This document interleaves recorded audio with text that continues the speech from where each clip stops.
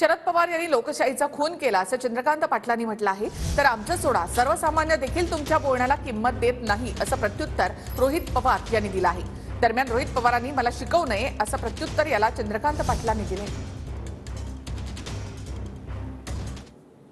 कमळ म्हणजे चिन्ह फुलण्याचा काही विषय नाही।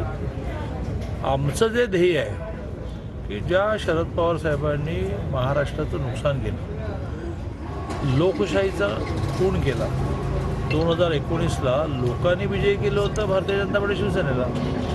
आज ते स्वतःचं घर फुटल्याबद्दल आणि शिवसेना फुटल्याबद्दल लोकांपुढे सहानुभूती मिळवण्याचा प्रयत्न करतात।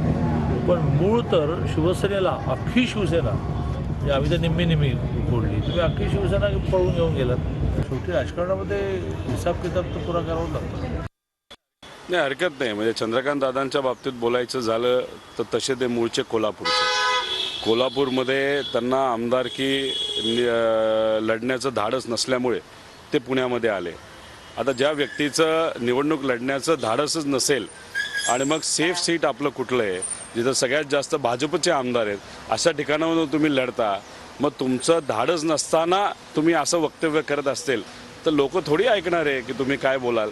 तुम्ही कोण निर्णय घेणार आहे? तुमच्या ताकदीकडे, तुमच्या धमकीकडे आम्ही सोडा, सामान्य लोक सुद्धा खूप किंमत देत नाहीत। रोहित पवार काय विश्लेषण करतात याच्याशी माझा काही संबंध नाही, पण रोहित पवार हे जर हुशार राजकारणी असतील तर त्यांनी त्यावेळेचे सर्वे रिपोर्ट पाहिले तर कोल्हापूर जिल्ह्यामध्ये 10 पैकी 4 विधानसभा मतदारसंघ अमितभाईंच्या होम डिपार्टमेंटच्या इंटेलिजन्समध्ये सुद्धा 4ही ठिकाणी चंद्रकांत पाटील विजयी होईल असा रिपोर्ट आल्यानंतरही अमितभाईंनी भविष्यातल्या काही गणिताच्या दृष्टीने मला आग्रह धरला की तू पुढे लढव।